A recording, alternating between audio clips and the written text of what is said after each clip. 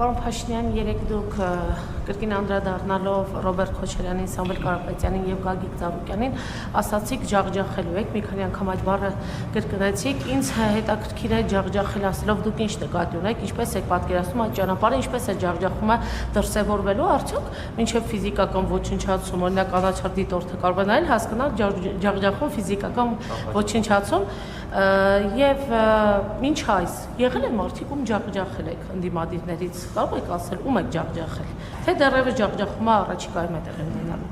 Ընդհանրապես իմ բոլոր արտահայտությունները եւ հայտարարությունները պետքա դիտարկել Հայաստանի Հանրապետության օրենսդրության եւ սահմանադրության շրջանակներում եւ հետեւաբար ձեր հարցի պատասխանը տեղավորվում է այդ շրջանակներում ում ջախջախել եմ արդեն հիշողությունս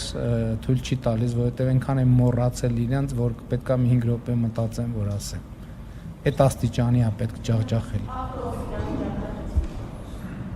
Արթուր Օսիպյանն ով է քաղաքական հակառակորդ է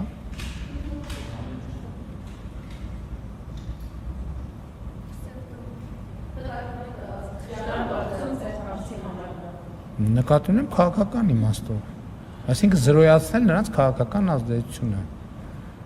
ապօրինի քաղաքական ազդեցությունը զրոյացնելու մասին է, որովհետև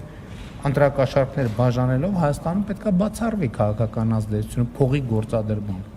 Էլ չեմ ասում, նախկինում ասել եմ, ըստ էության ինչ որ ասել եմ նախընտրական քարոզարշավի ընթացքում իմ ունեցած ելույթներում, ամեն ինչ ասել եմ։ Հիմա դրա չկրկնեմ, բառացիորեն ամեն ինչ ասել եմ։ Նույնիսկ կան թեմաներ, որոնց տասնյակ անգամներ եմ անդրադարձել,